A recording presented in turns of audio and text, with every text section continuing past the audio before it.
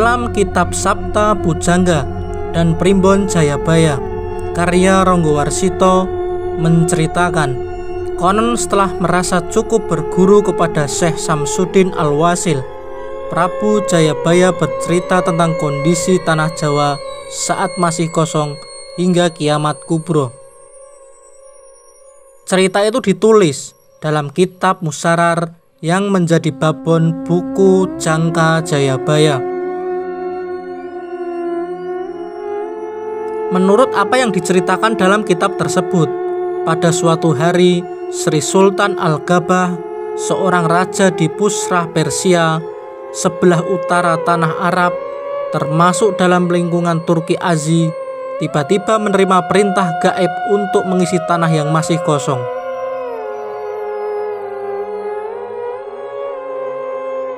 Sultan kemudian memerintah seorang menterinya untuk mencari di mana keberadaan tanah yang masih kosong itu. Menteri kemudian mengumpulkan para nahkoda yang berpengalaman untuk ditanya, hingga akhirnya dapat keterangan bahwa di sebelah timur laut Hindustan yang berjarak kira-kira perjalanan 40 hari dan 40 malam berlayar, ada sebuah pulau panjang dan mempunyai lebih kurang 20 gunung dan dikelilingi ratusan bukit beraneka warnanya. Pulau tersebut masih sunyi dan belum berpenghuni.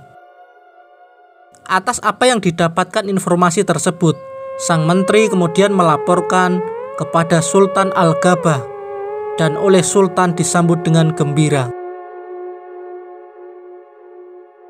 Kemudian Sultan memerintahkan untuk mempersiapkan 20.000 orang dengan dilengkapi senjata dan perlengkapan kehidupan secukupnya, yang selanjutnya mereka dikirim ke Pulau Jawa untuk dijadikan bibit manusia di pulau tersebut. Setelah berlayar selama 40 hari dan 40 malam, akhirnya rombongan besar ini mendarat di kaki Gunung Kendeng. Menurut penanggalan Romawi, waktu itu adalah tahun 437. Dan menurut ramalan Jayabaya, sejak diinjak oleh kaki manusia yang pertama hingga nanti kiamat kubro akan mengalami tahun 2110 tahun Surya atau 2173 tahun Candra. Waktu rombongan pertama memasuki tanah Jawa, keadaan Pulau Jawa masih sangat sunyi dan angker. Dari 20.000 pendatang itu yang rencananya dibuat bibit manusia di tanah Jawa, akhirnya hanya tersisa 20 orang saja yang masih hidup. Sisanya mati karena penyakit dan dimakan oleh binatang buas. Zaman itu, menurut ramalan Jayabaya, dinamakan zaman Sangkala atau zaman merajalelanya penyakit dan binatang buas. Sebanyak 20 orang tersisa itu kemudian kembali ke Persia dan melaporkan kejadian ini kepada Sultan. Selain sedih, Sultan juga marah dan kemudian mengumpulkan pendeta sakti untuk membuat tumbal, jimat untuk menantang para jin, setan, dan dedemit di Jawa agar Pulau Jawa tersebut bisa didiami. Selanjutnya Sultan kembali mengirimkan 20.000 orang lagi dari golongan bangsa Keling, Kandi, dan lain-lain. Mereka dibagi menjadi 20 rombongan. Masing-masing kelompok ini dipimpin oleh Singning Langkung Ngusmanaji, seorang pendeta sakti dari Bani Israel, untuk menjelaskan kisah kepada tanah Jawa. Waktu itu menurut penanggalan Romawi jatuh pada bulan Tasyrik. Setibanya di tanah Jawa, Singling Langkung Ngusmanaji segera menanam tumbal dan jimat di 4 penjuru arah mata angin, serta di bagian tengah. Tak lama kemudian, turunlah hujan yang luar biasa, seperti akan kiamat.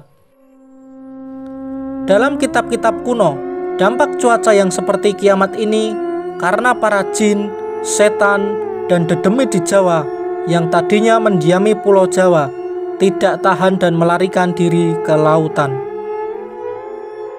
Setelah berhasil, mereka mulai mendiami tanah Jawa dan bercocok tanam dengan bibit yang telah mereka bawa dari Persia.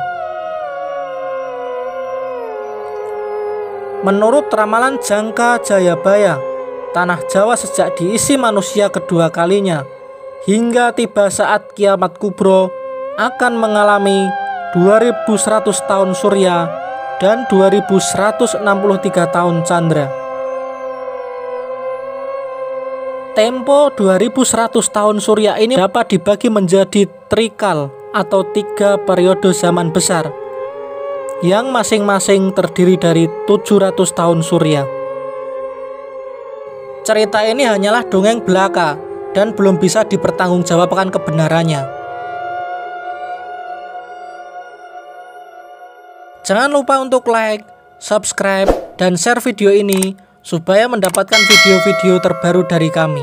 Terima kasih sudah menonton. Salam Rahayu, Rahayu, Rahayu.